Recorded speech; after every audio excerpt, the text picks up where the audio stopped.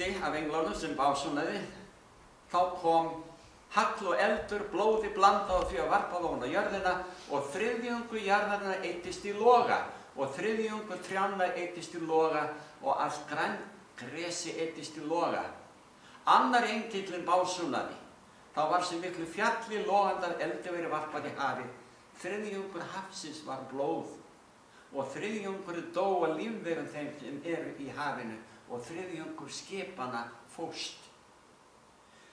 Við getum ekki bent á eitthvað í dag, já, við býtum við, kannski öll Asía, allt líf deyr þar, eða hvað?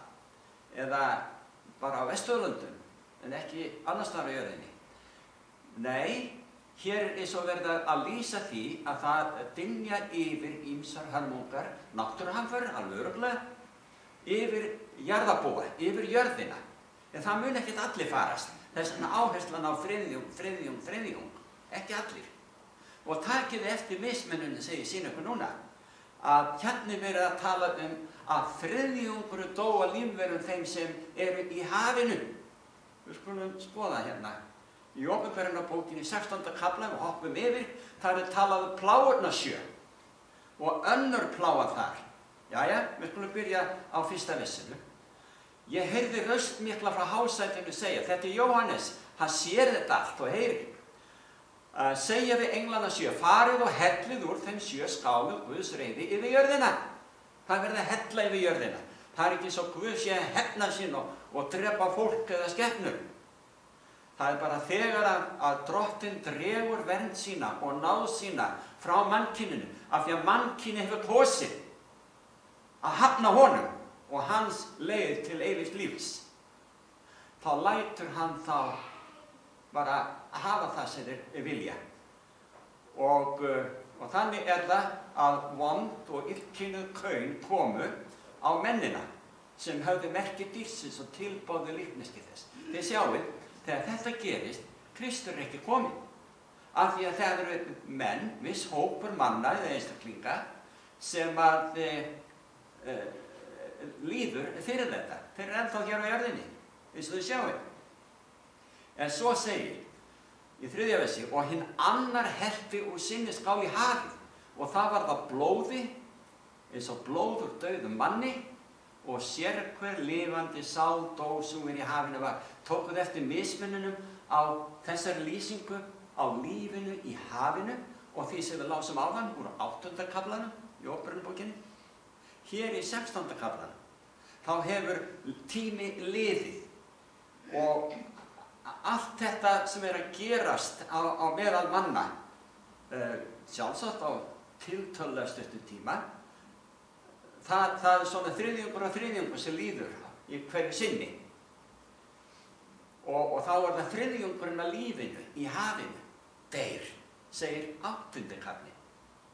16. kaflinn undir plágun segir að sérhver lifandi sál dó sú í hafinu var.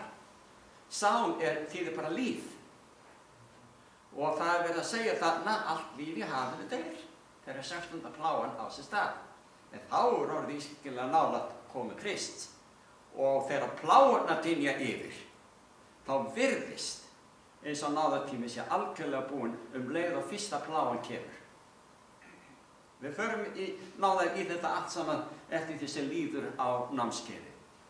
Förum aftur í 8. kaflan frá 10. versi segir, þriðji engillinn básúnaði, þá féll stór stjarna af himni, logandi sem blís og hún féll ofan á þriðjung fljótana og lindir vatnanna nafn stjörnunnar remma og þriðjungur vatnanna varða remmu. Sjáu þið mengunina sem á sér stað í náttúrunni og margir menn biðu bana af vötnunum af því að þau voru beiskorðin. Hafið þið tekið eftir í fréttunum hvað var að gerast í borginni Flint í Michigan.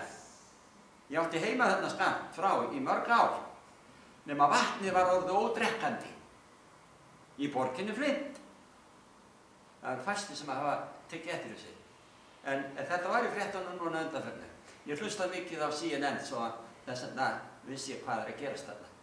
Og það varð að vara fólki við, ekki neyta vatns. Það varð að koma með fleiri hundruð vatnstrukka með vatn fyrir íbúa borgarinnar og nærliggjandi hérum. Út af mengun. En mengun svona á sér stað mjög víða.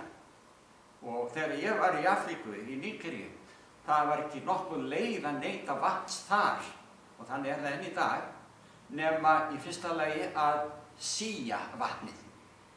Því að þarna voru litlar örverur sem væru mjög skaðlega fyrir mann. En það þurfti líka að sjóða vatnið eftir að búin að sía það. Fyrr gast ekki drukkið það. Og þannig það enn í dag. Förum hérna yfir í 9. kaflann. Það segir að 5. engilli básoneri, þá sá ég stjörnu fallið hafði að himni ofan á jörðina og henni var fenginn lykillinn að brunni undirdjúpsins. Hún lauk upp brunni undirdjúpsins og reyklagði upp af brunninum eins og reyk frá stórum ofni og sólin myrkvaðist og loftið af reyknum brunninu. Út úr reyknum komu engisbrettur á jörðina og þær fengu sama mátt og sporðdrekar jarðarinnar.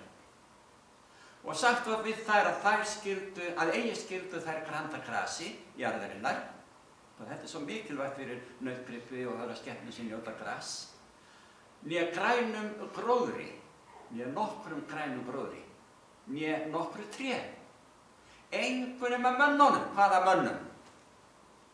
Þeim eigi hafa innsigli Guðs á ennu sér. Munið eftir hérna, var það síðast eða þar áður? Já, við fórum yfir innsigli Guðs. Í 7. kaflanum, í Óperubókinni, þá að Guð fyrirskipar hinum 4 englum sem Jóhannes sá, standa svona á 4 höfuðáttum umhverfis jörðina. Og þeim var sagt að hefjast ekki handa, ekki hleypa vindi eða stormi eða neinu slíku yfir jörðina, fyrir en búið væri að innsigla þjóna Guðs á ennu þeirra. Og hér verið að tala menn sem auðsjálega mátti gera eða líða fyrir höfnun sína á Guði og hjálpræði hans, af því þeir hafi ekki innsiglu Guðs á ennu sér. Sko, þegar hér komið, þá vil ég svona eins og brýna eitthvað svolítið. Hugsaðu málið. Eigum við bara að kæra okkur kollátt? Já, allt í lagi, þetta segir Óperubókin. Og gera bara nákvæmlega eins og við gerðum á dögum Nóa. Gerðum nákvæmlega ekki neitt. Svo fórust þeir allir. Á sagan endurtaka sig hvað okkur snertir. Bara gera ekki neitt. Eða meðtökum við aðvaranirnar. Boðskap Óperubókarinnar.